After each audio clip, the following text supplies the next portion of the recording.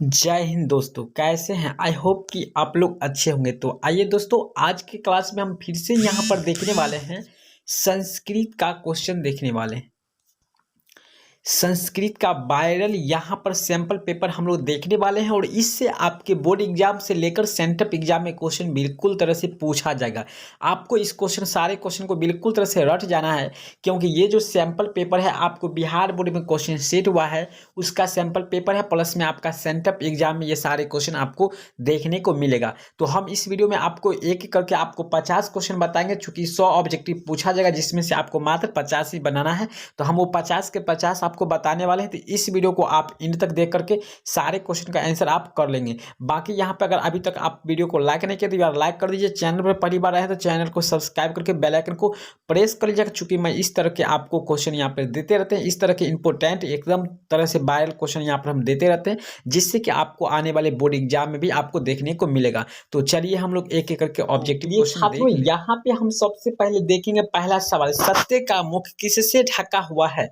तो चलिए, ये मंगलम पाठ का यानी पहला पाठ का क्वेश्चन है कि सत्य का मुख किससे ढका हुआ है। तो आप लोग को पता है सोने के पात्र से यानी सोने के आवरण से ढका हुआ है। राइट आंसर आपका बी हो जाएगा।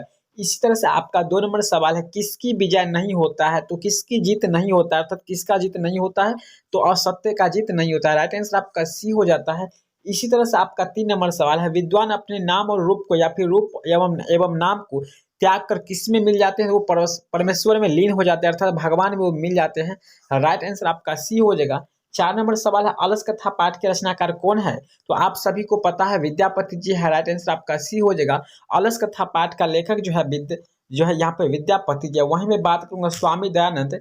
यहाँ पे 5 नंबर सवाल आपका कहता है कि स्वामी दयानंद की प्रारंभिक यानी शुरुआत में जो किस भाषा में उनका पढ़ाई जो शुरू हुआ था? तो संस्कृत भाषा में जो स्वामी दयानंद का पढ़ाई स्टार्ट हुआ था। वहीं उनका बचपन का नाम मूल शंकर था, जो कि आपको याद रखना है। 6 नंबर सवाल कहता है, क्षमा किसका नाश करता है? क्षमा क्रोध को मार देता है। राइट आंसर आपका बी ऑप्शन हो जाएगा। 7 नंबर कहता है, पंचतंत्र ग्रंथ के कितने खंड है? तो आपको यहाँ पे पंच मतलब 5 होता है, अर्थात 5 ग्रंथ है। वहीं बात करूंगा पंचतंत्र के लेखक कौन है? तो इसका लेखक पंचतंत्र नामक ग्रंथ के लेखक जो है विष्णु शर्मा है, जो कि आपके कंपटीशन एग्जाम में भी पूछा जाता है। वहीं मैं क्वेश्चन नंबर 8 का यहाँ पर बात करेंगे। क्वेश्चन नंबर 8 कहता है, यहाँ पे कह रहा है क्वेश्चन 8 कि नीतिकार ने आलस्य को क्या मानता है? नीतिकार लोग जो है आलस्य को वो शत्रु मानते हैं, अर्थात दोष मानते हैं। राइट आंसर आपका ऑप्शन नंबर डी हो जाएगा। 9 नंबर कहता है, स्त्री की गति किससे होती है? तो पति के कारण। स्त्रियों में गति जो है पति के कारण होता है, जबकि बच्चों में गति उनके माँ के कारण होता है। वहीं मैं बात करूंगा यहाँ पे आपका सवाल नंबर है, यहाँ पे 10 नंबर सवाल कहता है, वीरेश्वर कहाँ का मंत्री था? तो वीरेश्वर जो था मिथिला के मंत्री था।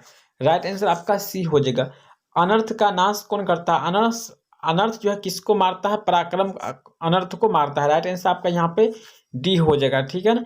इसी के साथ आपका यहाँ पे 12 नंबर सवाल है, कहता है कि लघु प्लस तल से उत्पन्न यानी फिर निपन्न रूप कौन सा, यानी कौन क्या बनता है? यहाँ पर जो है प्रत्यय जुड़ा हुआ है, तो लघु में तल जुड़ेगा तो लघुता हो जाएगा, पशु में तल जुड़ेगा तो पशुता हो जाएगा। इसी तरह से यहाँ मित्र में तल जुड़ेगा तो मित्रता हो जाएगा। लक्ष्मी किसका वर्णन करते हैं? यानी लक्ष्मी किसके पास आता है? धन किसके पास? उद्यमी के पास, यानी मेहनती पुरुष के पास। डी आंसर होगा। 14 नंबर, स्वामी दयानंद के बचपन का नाम क्या था? तो अभी आपको हम बताए थे मूल शंकर। राइट आंसर आपका सी। वहीं जगत प्लस इसका संधि विच्छेद क्या होगा? जगदीश हो जाएगा। राइट आंसर आपका यहाँ पर बी आंसर हो जाएगा। चलिए, इसी के साथ आपका यहाँ पर 16 नंबर सवाल आता है। 16 नंबर सवाल कहता है कि दांडी ने सर्व शुक्ला सरस्वती या फिर विशेषण का प्रयोग किसके लिए किया था? तो सर्व शुक्ला जो है सरस्वती के लिए प्रयोग किया था। राइट आंसर आपका ऑप्शन नंबर यहाँ पर बी हो जाएगा। चलिए, 17 नंबर है, जनक की सभा में शास्त्र कुशल कौन था? गार्गी। चलिए, सारे क्वेश्चन बिल्कुल तरह से इंपोर्टेंट है, एकदम तरह से आपके एग्जाम में समझिए कि आउट है, बिल्कुल तरह से पूछा ही जाएगा। इंद्र की पत्नी का नाम क्या था? इंद्राणी। ठीक है ना। यहाँ पर देखिए थोड़ा 19 नंबर है, गायंती देवा किल गीत कहानी किस पाठ से उद्धत है? तो गायंती देवा किल गीत कहानी किस पाठ से है? तो ये जो है आपका भारत महिमा पाठ से। राइट आंसर आपका ऑप्शन नंबर यहाँ पर बी हो जाता है। वहीं मैं बात करूंगा यहाँ पे 20 नंबर सवाल है, संस्कार कितने होते हैं? तो संस्कार 16 होते हैं। राइट आंसर आपका बी हो जाएगा। स्वागतम में कौन सा स्त्री प्रत्यय है? तो स्वागतम में कौन सा स्त्री प्रत्यय? चलिए, इसे भी आप हमें कॉमेंट करके बता सकते हैं। चलिए, हम आगे बढ़ते हैं। आपका यहाँ पे 22 नंबर सवाल है, वेदांग कितने होते हैं? वेदांग जो होते हैं 6 होते हैं, ठीक है ना। राइट आंसर आपका सी हो जाएगा। वहीं में 23 नंबर बात करेंगे, संस्कृत में किसका व्याकरण प्रसिद्ध है? तो पाणिनि का व्याकरण। चलिए 100% पूछा जाएगा आपके एग्जाम में। जन्म पूर्व संस्कार कितने होते हैं? तो जन्म से पहले 3 संस्कार होते हैं, जो कि राइट आंसर यहाँ पर डी में होगा, ठीक है ना, डी में है। चलिए यहाँ पे बात करते हैं, लक्ष्य प्राप्ति के किसका वर्णन करना चाहिए? एकाग्रता का। राइट आंसर ऑप्शन नंबर ए हो जाएगा, ठीक है ना। चलिए 26 नरक के कितने द्वार है? तो 3 द्वार है, काम, क्रोध और लोभ। चलिए ए हो जाएगा आंसर। चलिए इसी तरह से हम लोग चलते हैं 27 नंबर सवाल की। और 27 नंबर यहाँ पर कहता है कि राम प्रवेश राम किस जाति से आता था? तो ये दलित से, ठीक है ना। मंदाकिनी वर्णन में किस नदी का वर्णन है? तो उसमें गंगा नदी का ही वर्णन है। राइट आंसर ऑप्शन नंबर ए हो जाएगा। कर्ण से दानवीरता के रचनाकार कौन है? तो इस पाठ के रचनाकार है महर्षि वेद व्यास जी, ठीक है ना। चलिए जो क्वेश्चन हम नहीं बताए वो सारे क्वेश्चन आपको मिल जाएगा यहाँ पे। सत्य से किसकी रक्षा होती है? सत्य से धर्म की रक्षा होती है। राइट आंसर ऑप्शन नंबर ए हो जाएगा। इसी तरह से हम यहाँ पे बढ़ते हैं, आगे चलते हैं 31 नंबर सवाल की ओर। फटाफट यार, अगर अभी तक आप लोग लाइक नहीं किया तो लाइक बनता है, फटाफट लाइक ठोकिए। तत्पुरुष समास का उदाहरण है धनहीन। राइट आंसर ऑप्शन ए बिल्कुल तरह से सही है। तम शब्द का मूल शब्द है, तम का जो है मूल शब्द है यहाँ पे तद। राइट आंसर आपका सी हो जाएगा। चलिए क्री प्लस तुमुन से निष्पन्न रूप से क्या बनता है? कृतुम बनता है। देखिए संस्कृत है, आपको पढ़ के नहीं अगर जाते होंगे या नहीं कमजोर होंगे तो आपको ये वीडियो देख कर जाइए, आपको बोर्ड एग्जाम में भी 100% मिलेगा। इस तरह से मैं और सेट दूंगा जो कि आपके एग्जाम में पूछेगा। महाराज धृतराष्ट्र का समुचित उत्तर देने वाला कौन था? तो याद रखिएगा महामंत्री विदुर थे। राइट आंसर यहाँ पर डी हो जाएगा। महामंत्री विदुर जो है महाराज धृतराष्ट्र के साथ हमेशा रहता था। राजा किस विभक्ति का रूप है? राजा जो है यहाँ पर किस विभक्ति का रूप है? तो राजा यहाँ पर जो है द्वितीय विभक्ति हो जाएगा। राइट आंसर आपका डी हो जाएगा। चलिए यहाँ पर संस्कृत व्याकरण के अनुसार कारक कितने भेद होते हैं? तो कारक के 8 भेद होते हैं। राइट आंसर आपका डी हो जाएगा।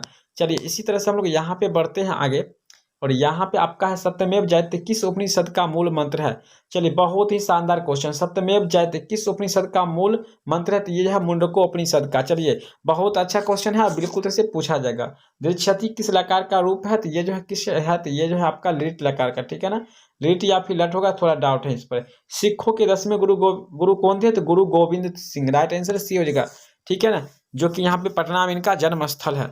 चलिए तिष्ठति किस धातु का रूप है? तो तिष्ठति जो है यहाँ पे आपका दृढ़ धातु का रूप है। राइट आंसर आपका बी हो जाएगा।